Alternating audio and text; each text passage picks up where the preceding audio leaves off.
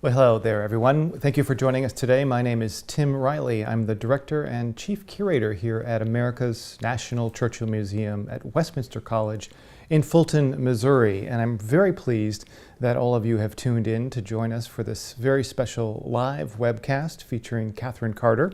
For over 10 years, historian and author Katherine Carter has looked after the collections at Chartwell, the UK National Trust property and former home of Clementine and Winston Churchill in Kent, England.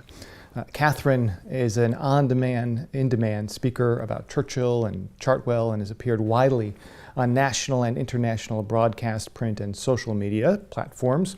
Her new book, Churchill's Citadel, Chartwell and the Gatherings Before the Storm, was released about a month ago in the UK, where it received critical acclaim and is the #1 bestseller on Amazon in the UK in its category. Congratulations for that, Katherine.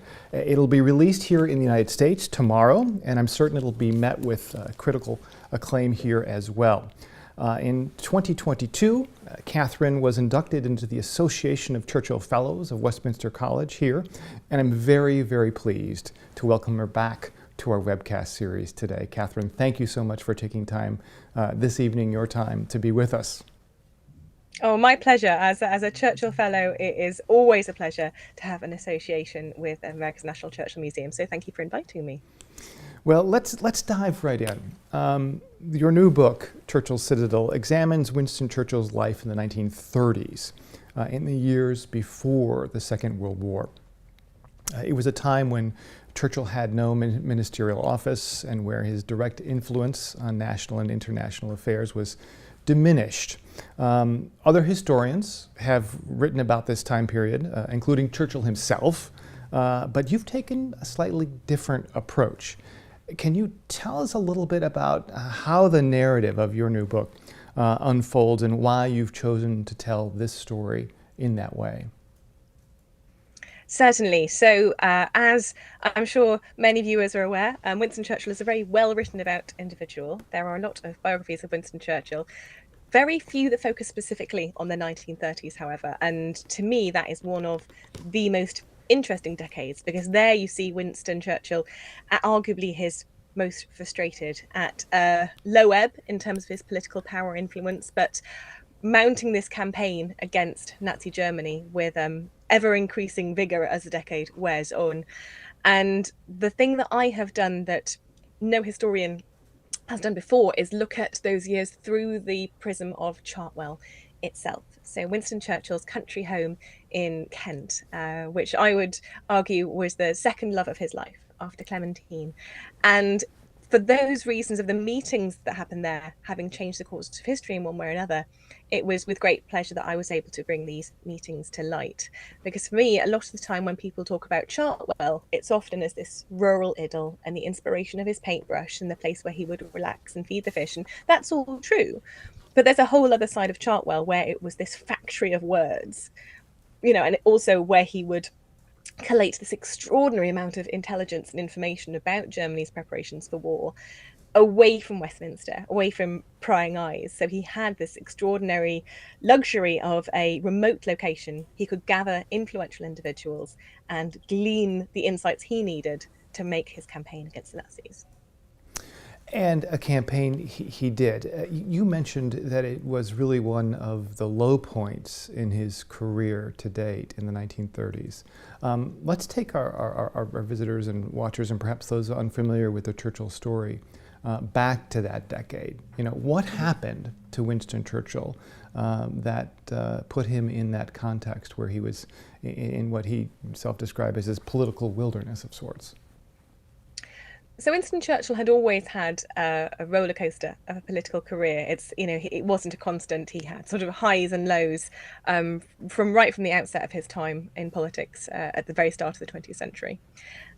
By the 1930s, however, he is thought by a lot of people to have been past his peak. He had been Chancellor of the Exchequer, which is arguably the second highest office in British politics, for the latter half of the 1920s.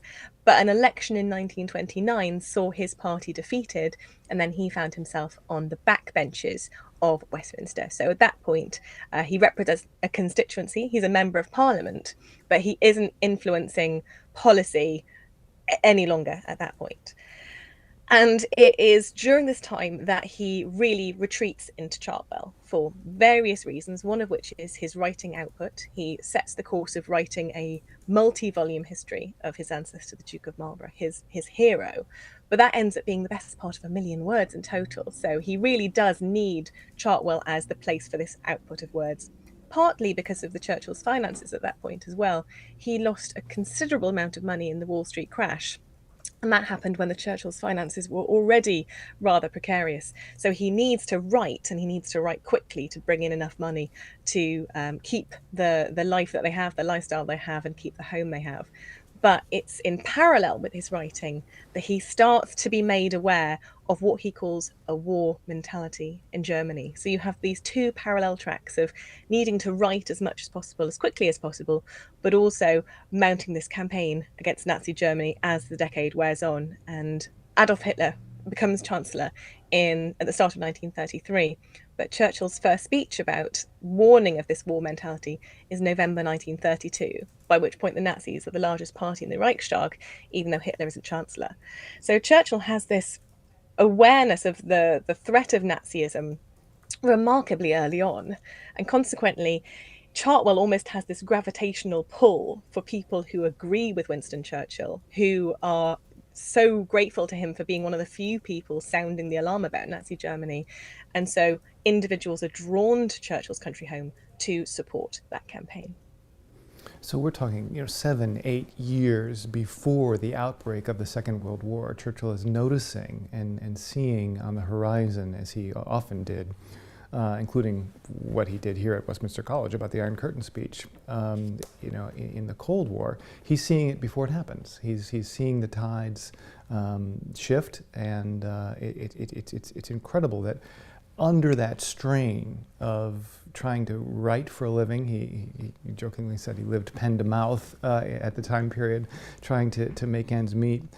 He's also thinking of these very weighty world affairs. The visitor's logbook at Chartwell in this decade reveals a widely diverse audience, nationally, politically, occupationally. As you rightly note in the book, from physicists to photographers to past German chancellors and future British prime ministers, even ambassadors from China and the U.S. have paid a call. All of these individuals came to Chartwell with their own agendas or information. What did Churchill do with the information he gleaned from some of these individuals that warned him, perhaps, and informed him about what was happening in Germany? So the very earliest visitors during these years of the book, and I should say there's 12 meetings in total, the very earliest ones are often the more sort of anecdotal evidence. So, for example, the very first chapter is Albert Einstein, who has, by this point of his visit in the summer of 1933, fled Germany because he is a German Jewish scientist, and Nazi laws are already making it virtually impossible for Jewish academics to hold posts in Germany. So he flees Germany and essentially visits several countries in Europe before permanently emigrating to the US, one of which is England, and one of the people he visits within that time is Churchill, because he is being subject to persecution by that point. And for example, I did manage to find a Nazi newspaper from around that time that had a picture of Albert Einstein with the words "not yet hanged" as the sort of subtext for that image. So he is fearing for his life, and he is seeking out the few individuals by that point who are voicing concern around Nazism. So, of course, Winston Churchill, being one of the few who's made a speech in Parliament voicing his concerns, is a must visit for Albert Einstein. But he's bringing sort of anecdotal evidence, his own experience, the experience of his colleagues. As the decade wears on, there is a greater resource available in terms of military intelligence, for example. So one of the visits is a gentleman called Pierre Flandin, who's a former French prime minister, who brings with him French estimates of German rearmament, which Winston Churchill, in terms of your question, Tim, of how he then used that information, he could then, for example, weave that into his speeches, or he could show it to his colleagues in Westminster and say, our estimates are this, the French estimates are this, which are much higher. There's a difference between the two. Try and work out why, and try and use that as a mechanism to essentially persuade Britain that we needed to rearm. So there was a very practical application, whether it was for speeches, articles, or really persuading anyone who would listen that we needed to be preparing for war. And of course, the appetite politically and perhaps with the British people, the Great War, World War I, was still loomed large for the generation in the 1930s who had lived through it. And there was, I think, an appetite to avoid that at all costs. So he's, in some ways, Churchill is not only a lone voice in recognizing Hitler and the Nazi rise, but saying that in order to do that, arms need to be secured and defiant. So it really is quite extraordinary. Now, the international coalition, it wasn't just the UK, as you mentioned, the French called, but also some refugees. I mean, others who had fled from Czechoslovakia, and other countries also informed. So it really was not. It was a diverse group that are visiting.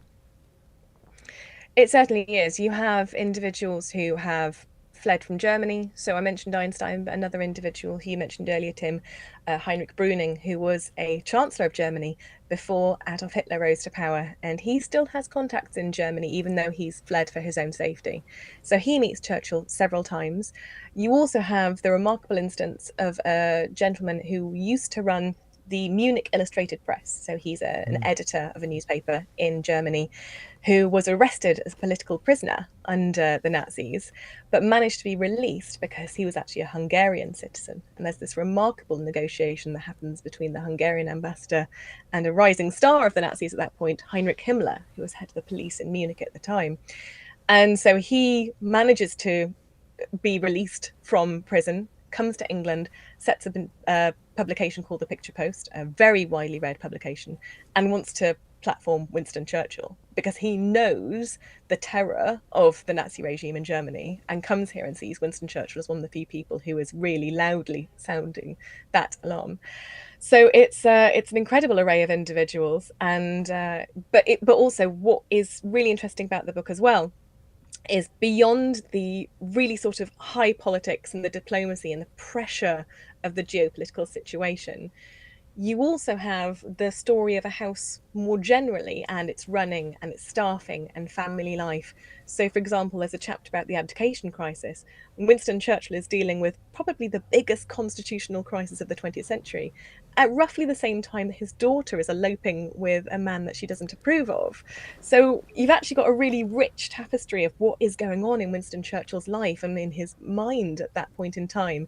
Yes, there is the urgent need to rearm as a deterrent, I should hasten to add. Winston Churchill's urges to rearm were always in an effort to deter Adolf Hitler from his territorial expansion, to secure collective security, and also, but at the same time, dealing with the fact that, his chauffeur's resigning because they're doing too many late nights. There's so much sort of interconnected elements of life at Chartwell at that point.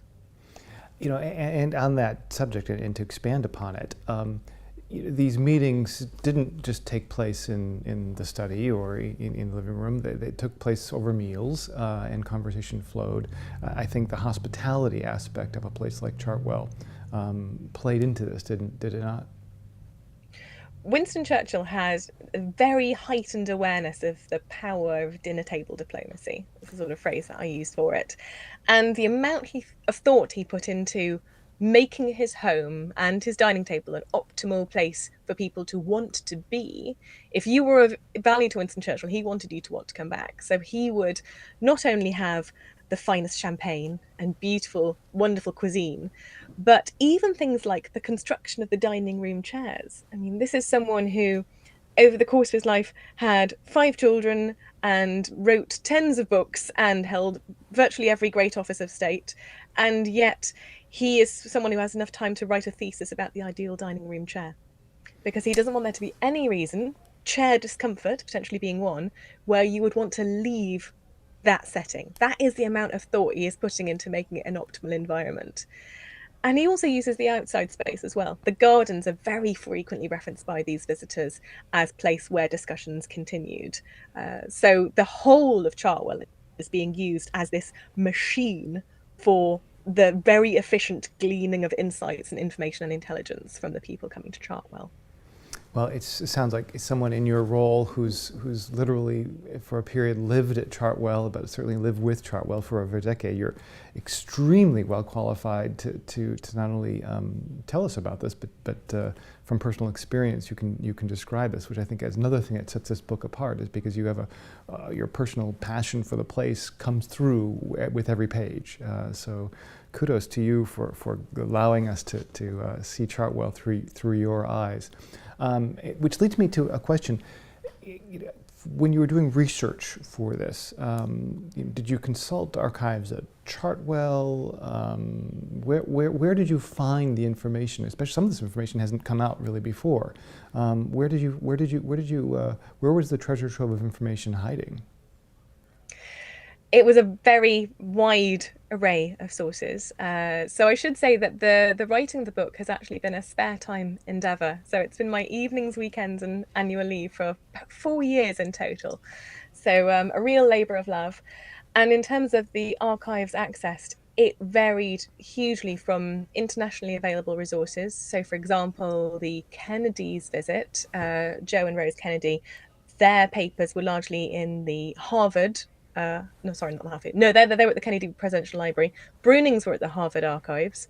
There is a phenomenal amount available through oral history that hadn't really been interrogated before. So some of the secretary's recollections, for example, which give you that lovely kind of sense of the staffing and what was going on there as well.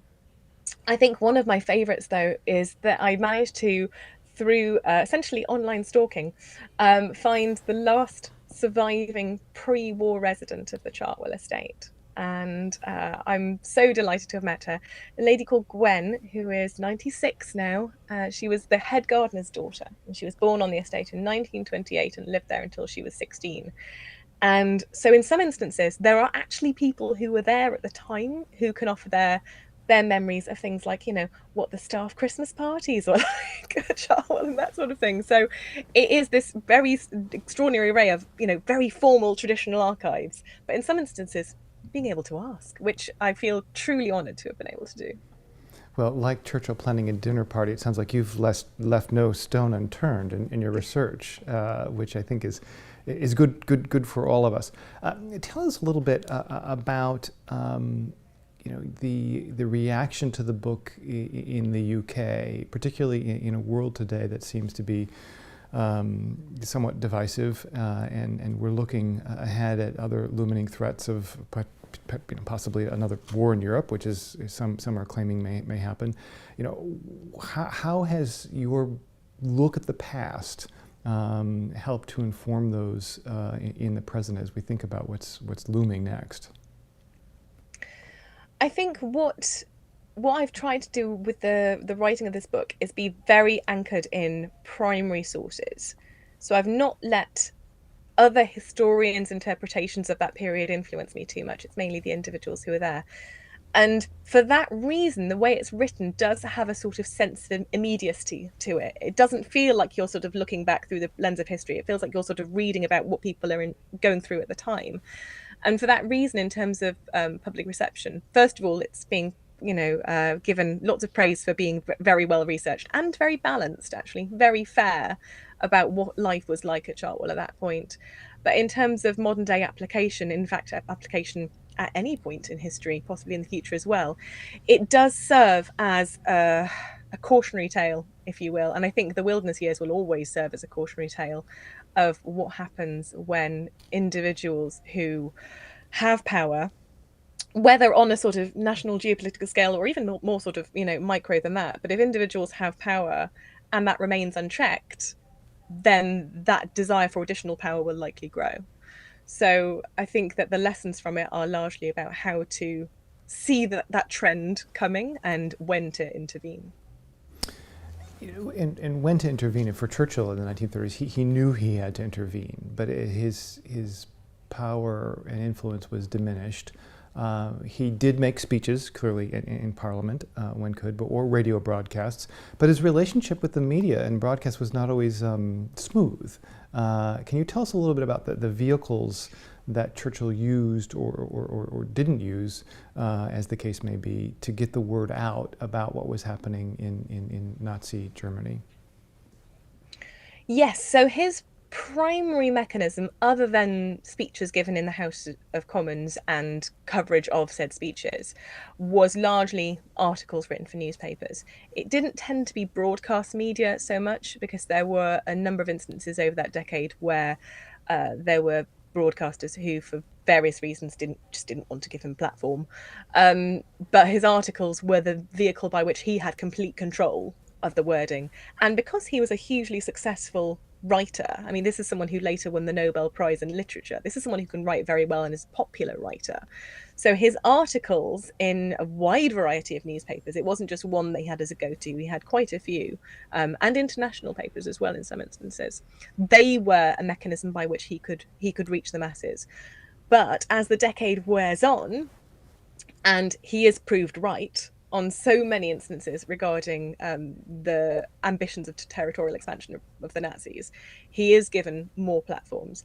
And in fact, there is a brilliant photograph in my book. It's one that I don't think has ever been published before. It's of Winston Churchill giving a speech from the study desk at Chartwell with a sort of NBC microphone in front of him from the summer of 1939. So at this point, still a backbench MP, still technically without a sort of official role as such, other than representing his constituency. But he is there broadcasting to the United States to essentially persuade the American people that war was an inevitability and that America should be ready to become involved as soon as things escalated. Well, on the subject of America involvement, I mean, one of the visitors you just mentioned before was Ambassador Joe Kennedy and his wife Rose, who visited. Tell us a little bit about that encounter and what resulted both before and after the visit. So the Kennedy one's a really interesting one, because this is a visit that Winston Churchill might not otherwise have sought out, but it was a recommendation of a friend of his. There's a mutual friend who telegrams Winston Churchill and essentially says, Joseph P. Kennedy is someone who's very influential. He's on his way to London. I suggest that you arrange to meet him. And at this point, Kennedy isn't ambassador yet. He becomes ambassador to the court of St. James later in the 1930s. But in 1935, when the visit takes place, he is mainly influential because he has a close friendship with President Roosevelt. So that is where there is potential opportunity for Winston Churchill to essentially have the president's ear through Kennedy. Now, the reason I put this one in is because actually, if all of the meetings went Churchill's way over this decade, he would have come to power and influence far sooner. And the Kennedy one, unfortunately, is one where, for reasons perhaps understandable for those of you who know Kennedy's view as the decade wears on, the two didn't really hit it off straight away. When the Kennedys were in London, they were very used to being greeted with sort of effusive receptions and being asked lots of questions and people hanging on their every word. When Kennedy gets to Chartwell, with his wife Rose, I should say, Churchill goes straight into campaign mode. He has limited time with this person. These matters are too important to waste time with chit-chat. And, you know, if this is his one chance, he's going to make his pitch. And his pitch is essentially for some sort of Anglo-American shared naval police force. And this is in light of a recent agreement that's been taken place here in the UK between the UK and Germany, called the Anglo-German Naval Agreement, earlier that year, by which the Nazis have essentially been given permission to increase the size of their fleet. So the agreement is that they can have 35% of Britain's fleet, but that includes Commonwealth fleets as well in the terms of it. So actually, the UK is giving Nazi Germany the green light to boost their navy. And Churchill, as a former First Lord of the Admiralty, and already having concerns about Germany by this point, sees this as, you know, incredibly alarming and wants to try and get America support in terms of some sort of monitoring the safety of the seas shared endeavour. But Joe Kennedy doesn't warm to Winston Churchill. He doesn't believe what's being said about the urgency of action.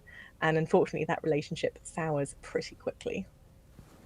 Yes, and of course, Kennedy, as you say, goes on to become the ambassador and continues to make things a bit tricky for Churchill beyond. So, and I like that point. Not everything can go Churchill's way, it's that resilience, that famous resilience that he exhibits, and his determination to keep moving forward.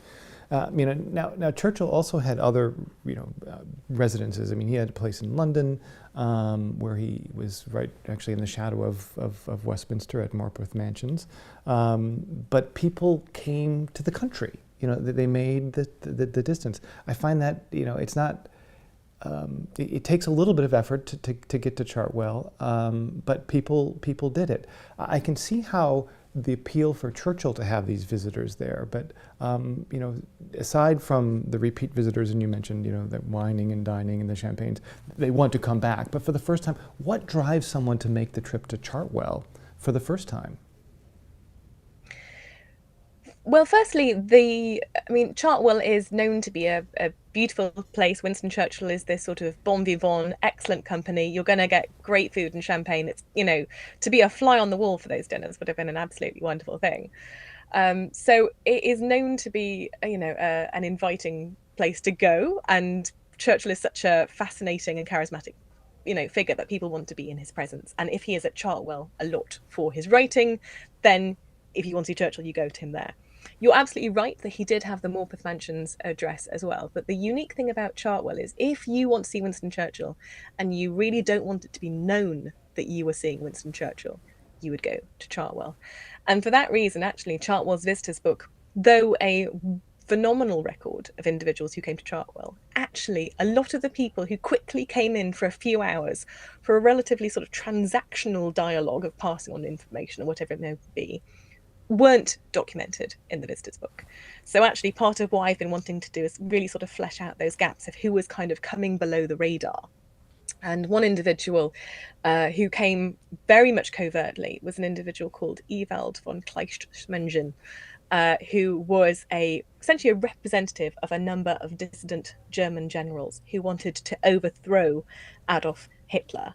Now, if that was your mission, you would want it to be in the most absolute kind of secrecy possible for your own safety.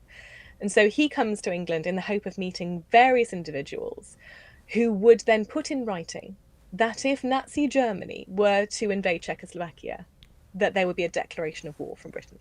So that is what he's hoping to get in writing. So he goes to Winston Churchill's house, and you can imagine at this point, really hoping, no one was looking over his shoulder as he made the journey out from London, that his life is potentially at risk because he has to go back to Germany. And Winston Churchill does write this letter, but he's still just a backbench MP, so he can say what he thinks should happen, but ultimately he doesn't have the absolute say at this point. Now, unfortunately for Kleistmengen, there are other individuals who know that he's in London, including the Prime Minister at that point, Neville Chamberlain, who remarks, "I have heard of him and he's not to be trusted." So Kleistmengen doesn't get as many of these letters as he hopes, goes back to Germany. And unfortunately, the Munich crisis that follows soon afterwards sort of obliterates, any hope of this. But what is incredibly sad, and I'm going to do a bit of a spoiler here, do read the epilogue, by the way, anyone who gets the book, because what happens to each of these people features in that very last section. And in Kleistmengen's case, he was accused of being in an assassination attempt on Hitler during the Second World War. They search his belongings and they find the letter on Chartwell-headed paper from Winston Churchill from the visit in this chapter. And unfortunately, that is used in evidence in his trial, and he is executed as a result. So these meetings had far more of an impact than just interesting conversations. The history was changed as a result of what happened at Chartwell.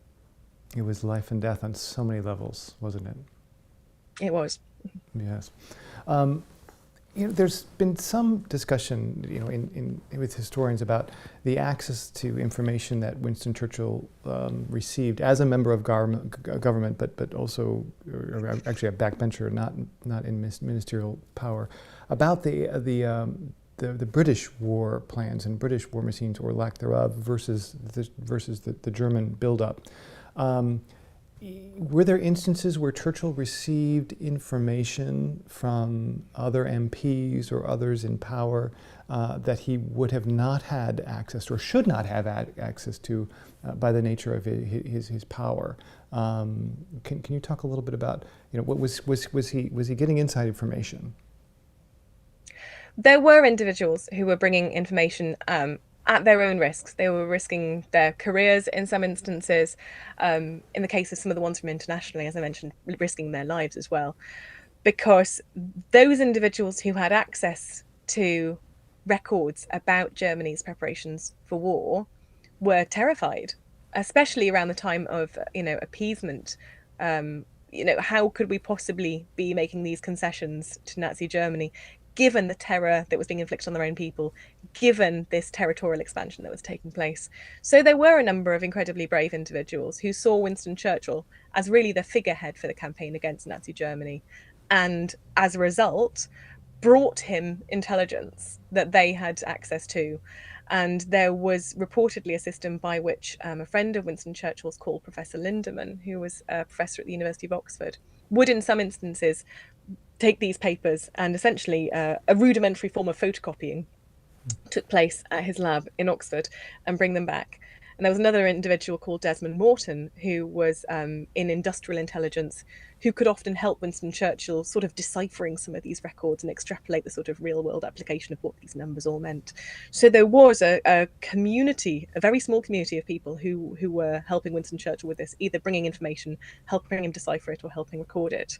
But that was, in terms of Winston Churchill's usage, he was often pretty open with its usage. It would often weave its way into the next speech or the next article. So actually, it wasn't like he was just sort of hoarding it. He was very publicly using a great deal of it through any mechanism he could to essentially, as I've said, sound the alarm that Germany were preparing for war and that we needed to rearm as well.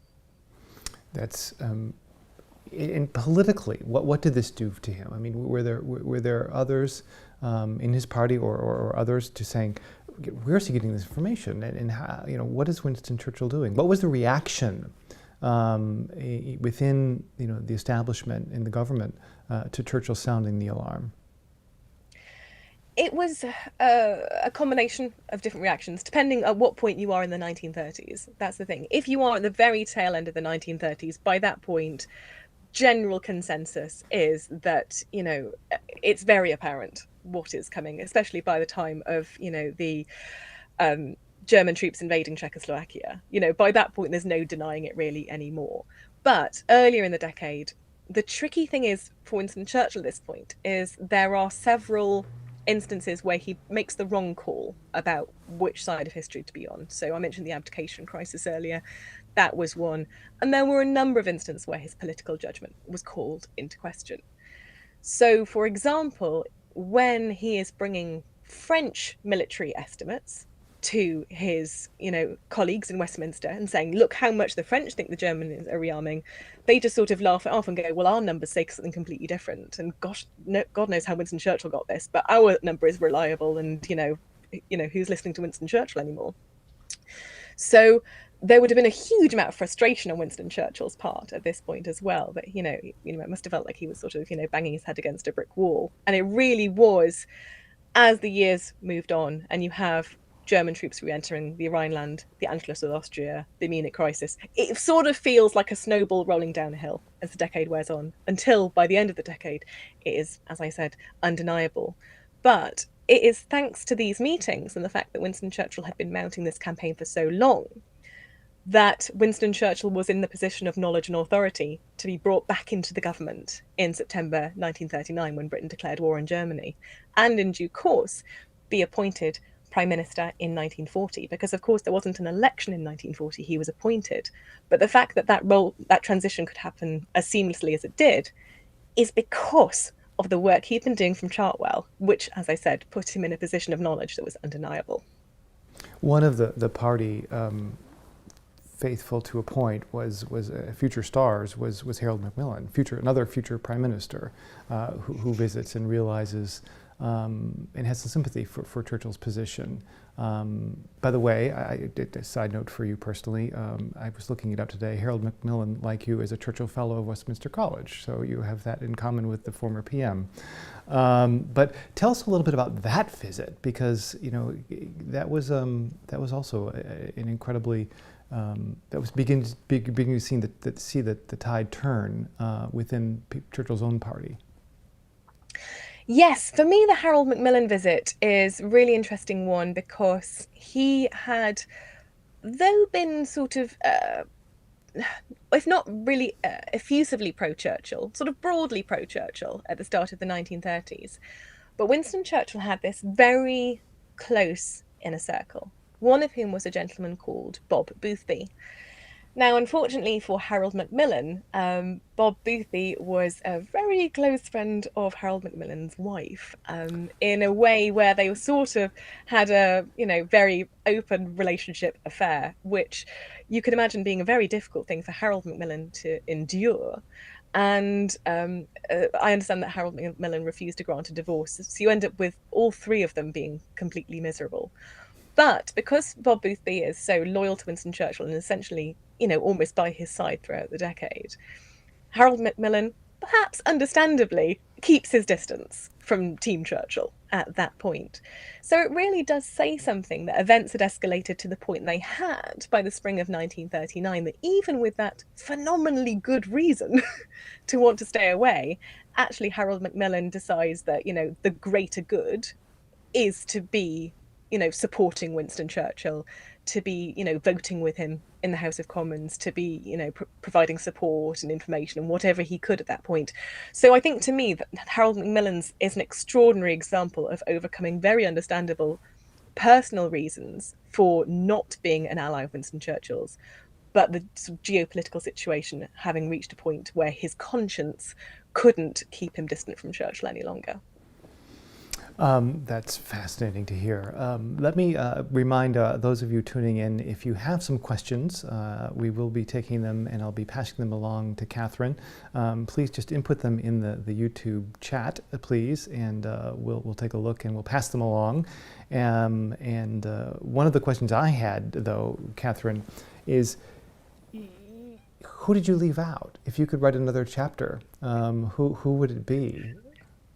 That's such a good question. When I first presented my publisher, Yale University Press, with my list, there were 28 meetings and various people, among my mentors mainly, I sort of said, I've got a list of 28, and they went, no, don't do it. 28's ridiculous. But I am delighted to say that all of those meetings have, in one way or another, worked their way into the book. Even if they're not a headline of a chapter, they are featured in some way. I think the two who I could very easily have promoted, although actually, do you know what? I could have done more than that. But the two who maybe could be for another one would be a gentleman called Ghanshyam Das Birla, who is a very close ally of Mahatma Gandhi's, and he visits Chartwell in the spring of 1935, writes a report to send to Gandhi about his conversations at Chartwell. And I won't give too much away, but that is an extraordinary meeting as well. And another one probably will be the Russian ambassador, Ivan Maisky's visit. But fortunately for readers, they have made their way into the books. But yeah, I couldn't quite make them in the 12 for the chapter headings, but they are there. That's good. Well, I'm glad to hear it, and hopefully we'll see another book that's Chartwell-based or Churchill-based from you, forthcoming. I know this has been such a critically acclaimed book in the UK. I have every reason to believe it will be similarly received with praise here in the United States when it comes out tomorrow. But have you been thinking about what might be next? Yes, I have been instructed by many of the people who've read it that I have to do another one, which is a very lovely thing for a debut author, I should say. I've been told that under no circumstances can I make this my only one. So there's a number of options. My favourite would actually be to do a prequel, because I think the 20s are also a fascinating decade, have had also comparatively little scholarship from historians, but that's the decade in which He moves from the Liberal Party back to the Conservatives, so it's really interesting in that regard. It's his Chancellor of the Exchequer years, so at a high point in his career. It's also when he first sees Chartwell and he buys it, and you have the extraordinary situation of him buying a house for £5,000 and then spending about another 30 on its remodelling and the decorating and everything of it. So you've got the finances, you've got the political roller coaster, there's so much going on there, and of course much of it playing out at Chartwell. So that's my favourite, but watch this space. I will. We've got a question from Todd, who asks about visitors and overnight stays. Were there people who extended their visits to Chartwell and stayed multiple days, and how did that work? Yes, so the Churchills had a number of guest rooms at Chartwell, so yes, plenty of visitors stayed overnight. And in fact, it's the overnight guests, known as the sort of dine and stay guests, that tend to be the ones in the visitors book. So that's the sort of general trend. And there's quite a few of the chapters where they are dine and stay guests. So for example, Lawrence of Arabia was a dine and stay guest. He is chapter 2, visiting in 1934. You've got another fascinating gentleman called Richard Coudenhove Kalergi.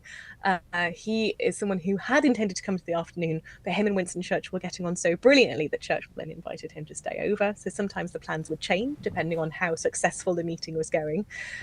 So yeah, it was a real mix. But then it could be, as I said, someone coming in for an hour or two, a really quick, very sort of efficient dialogue. Or perhaps inefficient in the case of Joseph Kennedy. So some overnighters and some quick afternoon visitors as well.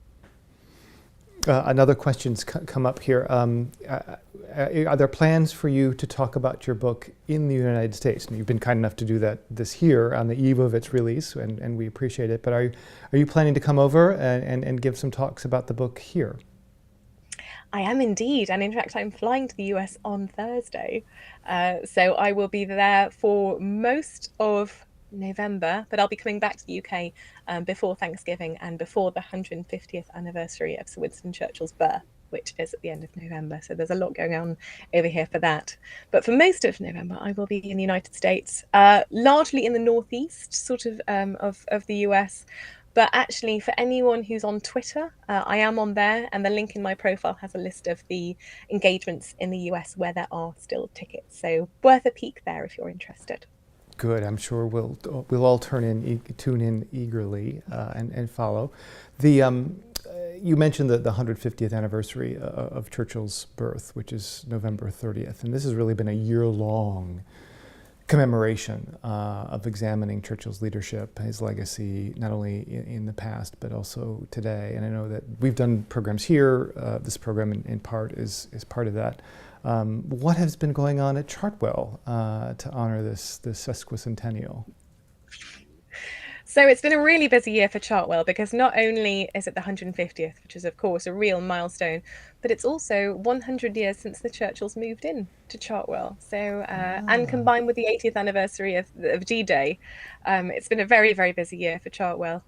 We started off the year with a photography exhibition of Churchill's birthday cakes, which was a really nice way to start the 150th birthday year, because believe it or not, after the Second World War, it became a press moment every year where there would be film crews outside his house watching the cake come in, and every year the cake would be themed around some element of his interests or achievements. So it's extraordinary sort of, Winston Churchill sort of bake-off themed sort of playing out in front of the cameras. One year it was all his different hats. There was another one that was about racehorsing. So that was a really fun way to start off the year.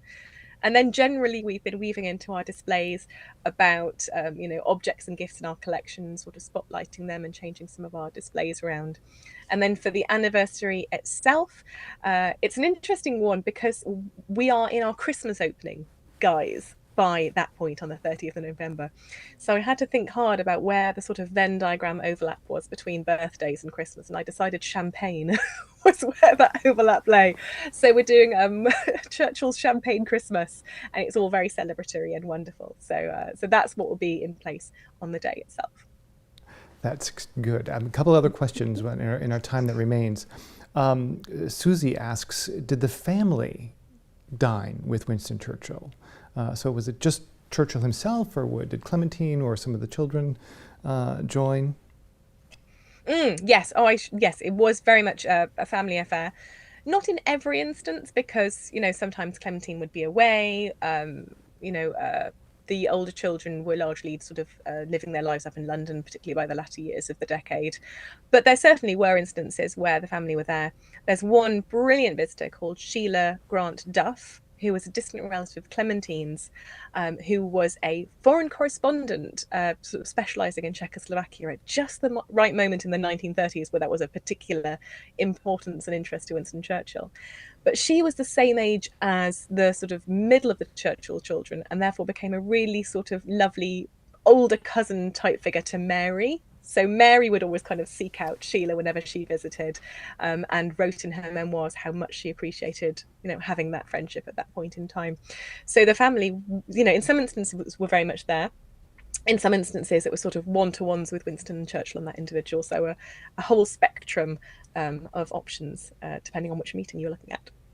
And that is another question we received. Did you use any of other family diaries? Mary Soames, for instance, is a question that came up in researching your book. Yes. So I used not only their memoirs, including Sarah Churchill's Thread in the Tapestry. That's a brilliant one as well. But also letters. So I went to the Churchill Archive Centre itself, which have papers of all of the children. So you can then see, for example, Sarah writing to her adolescent best friend saying about what's happening at Chartwell. And, so you can get extraordinary sort of colour and detail about everyday life through correspondences that they hadn't necessarily written with any intention of publishing. So that's quite a different thing to going through their memoirs where, everything's been chosen as to what was being, put out there. But a very private letter, you get a whole different side of things. So that's another way that the sort of rich tapestry of Chartwell life has come about, is through their correspondences as well.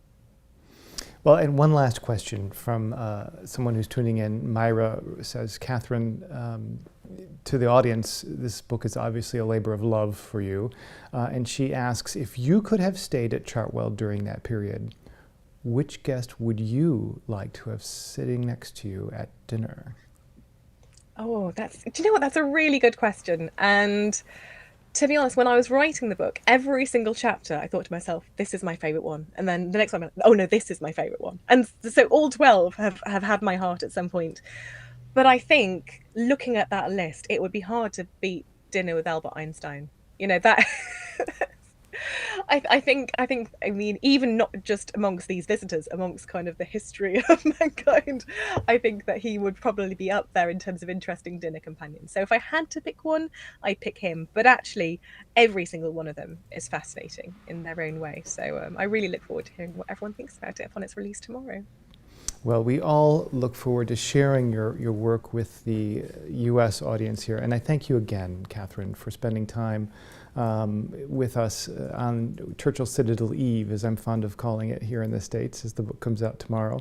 I'd like to thank all of our members of America's National Churchill Museum here at Westminster College that have supported this place and other Churchill causes. You make programs like this possible, and we're very grateful. And if you haven't yet joined the list of members, there's information on our website that will encourage you to do so. We hope you perhaps make a birthday gift to Churchill of your own and become a member of the museum. And Katherine, safe travels, please. Thank you for everything you do there at Chartwell. Those of us who have the word Churchill and curator in our titles are a rare breed, and it's always nice to talk to you. And I think we have some of the best jobs in the world, and to be dealing with this fascinating subject. So thank you again for being with us, and I hope to see you very soon. Thanks so much, Tim. I've thoroughly enjoyed this evening, and thank you for the invitation. My pleasure. Okay. Once again, this is Tim Riley from America's National Churchill Museum at Westminster College. Thank you for tuning into this very special webcast with Katherine Carter, the curator at Chartwell, to talk about her new book. If you haven't already had it or seen it or ordered it, Churchill Citadel is out in the U.S. tomorrow. I highly recommend it. Get your copy today. Thanks so much.